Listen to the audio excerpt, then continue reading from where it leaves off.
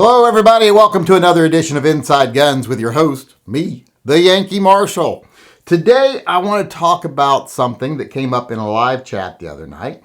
I think everyone who fires handguns regularly or any type of firearm regularly is aware of kabooms. You know, that's when you have a catastrophic malfunction and your gun ends up in pieces, and often so does your hand. So it's something most people want to avoid. It's not anything we want to do. In fact, there was a very notable case of a kaboom recently with, I believe it was Kentucky Ballistics, where tragedy was nearly averted, or I should say barely averted. And luckily he is recovering, but we all wish him well and hope him a speedy recovery. But that's an example of something that can go wrong.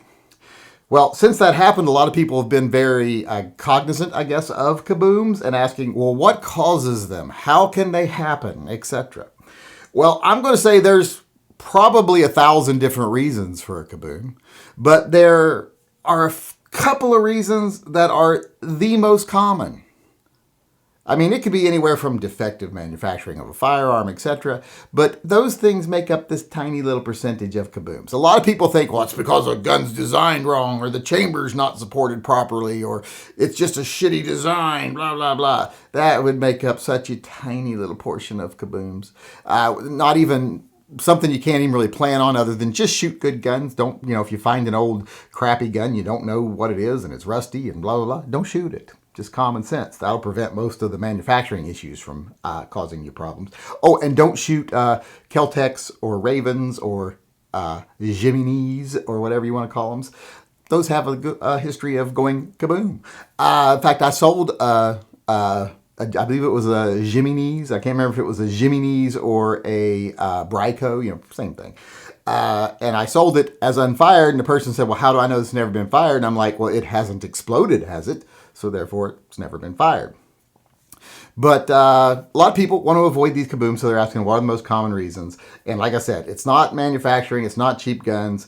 There are two reasons I have found that explain probably 99% of kabooms. And I've got 45 years behind the trigger of a firearm. I'm not a spring chicken. But I've talked to people who have way more experience than I do throughout the years, and this is one of the things I found that most of us agree on. The number one reason for kabooms is ammo.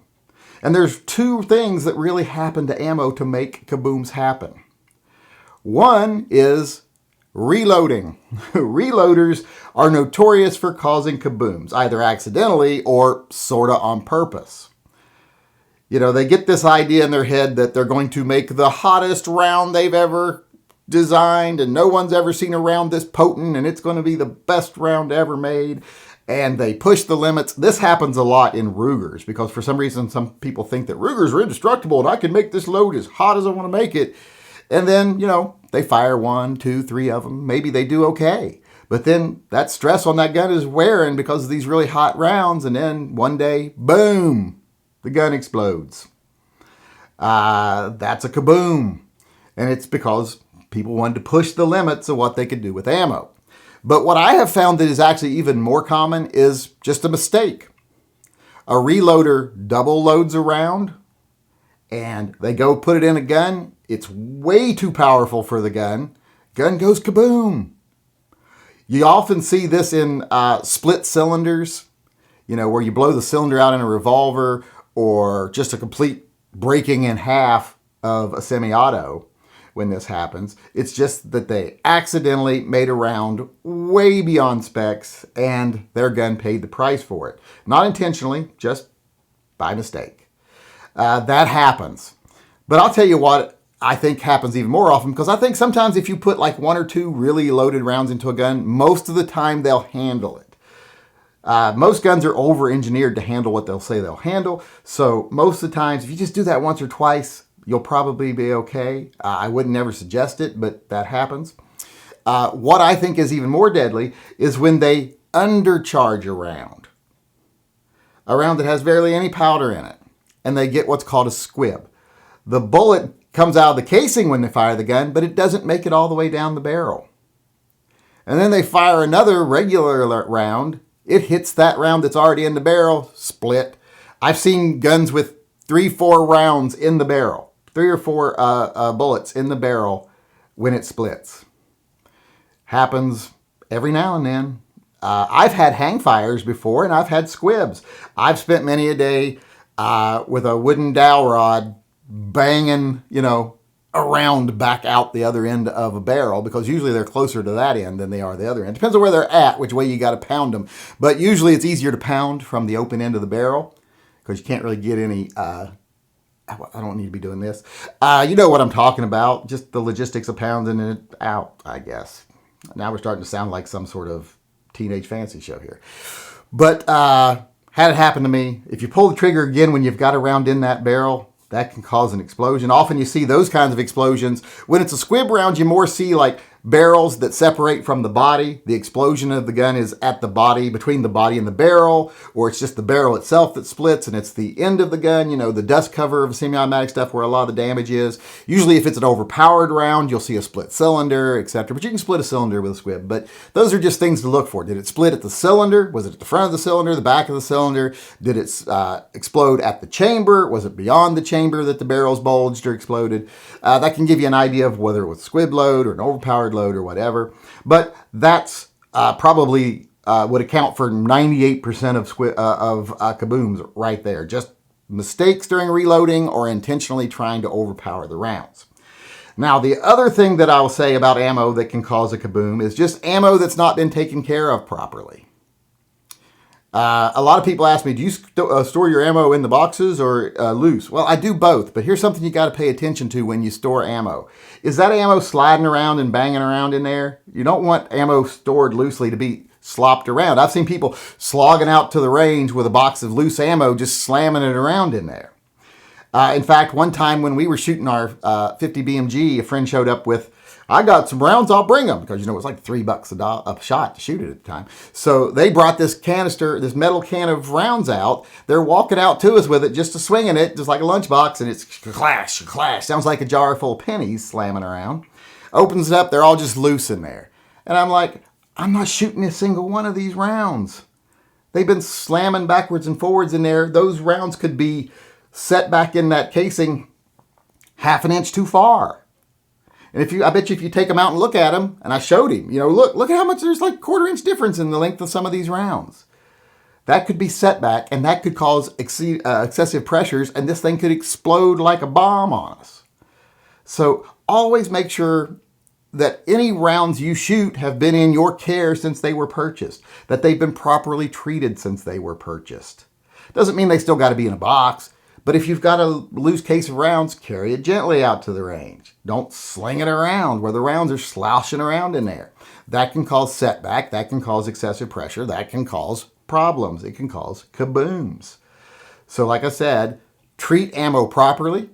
Don't shoot ammo other people have reloaded. That's the biggest advice I can give people. I don't even trust myself to reload. I sure as hell ain't going to trust, Goober to reload. I've had people say, here's some reloads, and I'm like, thanks. Let's put these somewhere where they never get shot. In fact, I've got a place in my house where I've got reloads people have given me that unless shit hits the fan and I'm down to nothing, I'll never shoot them. So that's a big piece of advice I'll give you. Always shoot rounds you bought from a reputable manufacturer or rounds you trust and rounds that have been in your care. Don't try to overload ammo. If you're reloading ammo, always try to be careful and don't make mistakes. If you just do those things, you'll probably avoid kabooms because, like I've said, most kabooms have nothing to do with manufacturer or name brand or caliber. It's got to do with the ammo itself. So as long as you follow those rules, I don't think you'll ever have to worry, at least too much, about kabooms. Hey, I want to take a moment here in the second segment of the show and talk about something I was talking about the other day in one of my videos where I was talking about how the current administration has been talking and putting out feelers about having partnerships with private social media companies to spy on Americans. Well, a lot of cynical people come on and go, oh, we're already doing that. They've been doing that since the Patriot Act, blah, blah, blah. They've been having agreements with phone companies, etc. Well, these people are missing the point. They don't understand how what they're talking about now is new. Yes, they have been spying on us since the Patriot Act. It was big under the Bush administration. They continued it under Obama. It's been happening. It's been going on. It was going on under Trump. It's going on under Biden. There's one big difference, though, between what was happening then and what they're suggesting happening now. In the past, it's been some companies agree to cooperate when the government says, hey, we want these records. Now, some companies go, well, we'll cooperate if you have a warrant. Although that's not most of them, because most of them don't want to get in a fight with the government. They want their big tax breaks, they want their grants, they want their loans, so they don't want to make the government mad. So they just go, here you go, here's all the records. They cooperate. And that's what we've had up until now. It's been companies cooperating with the government, some more than others. Apple's notorious for not cooperating. That's one of the reasons I still tolerate that Chinese-loving company. But, and it's getting closer and closer to not tolerating them. I'd much rather do Samsung, which is Korea, South Korea. I guess I don't think I have to specify that. But what I'm saying here is the people are missing the point here. It's not the fact that it's going to be like it has been, where the government goes to these companies, says, hey, we want your records, and they acquiesce and give them the records. It's going to be where they are entering into paid agreements with them ahead of time, saying, we'll pay you this month, this much money every day to watch out for things that might be questionable, and you turn it over to us as soon as you see it. That way we don't even have to come looking for it. You can be the ones that sound the siren call right off the bat. And they might even do it in a way as it's piecemeal, like they did with, remember with the Taliban, where they said, every Taliban fighter you can bring in, or Al-Qaeda fighter you can bring and turn into us, we'll give you this much money for a bounty. And people were turning in their own mothers and cousins and daughters and everything else just to get the bounty for people who've never done anything wrong in their life. They could do it that way too. They could say, hey, every time you give us information that pans out, we'll give you this much money. The whole point is they're entering into pre-agreed upon monetary contracts with these companies, where these companies can make a huge profit off of turning over things that they think are questionable, and who knows what they think is questionable. Every time someone makes a comment on one of my gun videos, they could send it to the government going, potential crazy person, they like guns, and get paid for that. That's the problem. The pre-agreed upon paid contracts. That has not been going on up till now. That would be something new, and that's what we got to watch out for, because profitizing and incentivizing social networks spying on people and turning over information, even if it's benign, and maybe even going to the point of trying to make it look like it's not benign just to get paid, that's dangerous, that's new, and we should never let that happen. All right, everybody, I want to end the show today with our viewer EDC of the day. And today we have Francisco, the Sith Lord. I don't think that's his real last name, but that's what he put in the email. And Francisco, the Sith Lord, is carrying his Smith & Wesson SD-40. Now, this is a gun that often gets ignored. A lot of people think it's just, it doesn't cost enough, so it must not be any good. No, this is a gun that's actually priced at what a polymer gun is actually worth. And it's a decent polymer gun at a very decent price. This is actually a good choice for self-defense as far as I'm concerned. 40 Smith & Wesson in a reliable, competent, affordable package. How can you go wrong with that? So I think Francisco's made a good choice here. Got himself a good quality, affordable gun, carrying it in a very common, safe, non-controversial fashion here. So got no problem whatsoever with this. Now, I do have one issue here. I'm a little bit suspicious. I look at this picture. I see tasteful furniture with nice clean lines. There's no visible porn on any shelves anywhere. There's not empty Doritos bags in the floor or anything. In fact, everything's clean and tasteful. The mirror, speaking of clean, nice tasteful mirror that isn't covered in spunk and other questionable things. All those things added together makes me sure of absolutely one thing. Francisco doesn't really watch my channel. I can't believe someone with actual good taste watches my channel.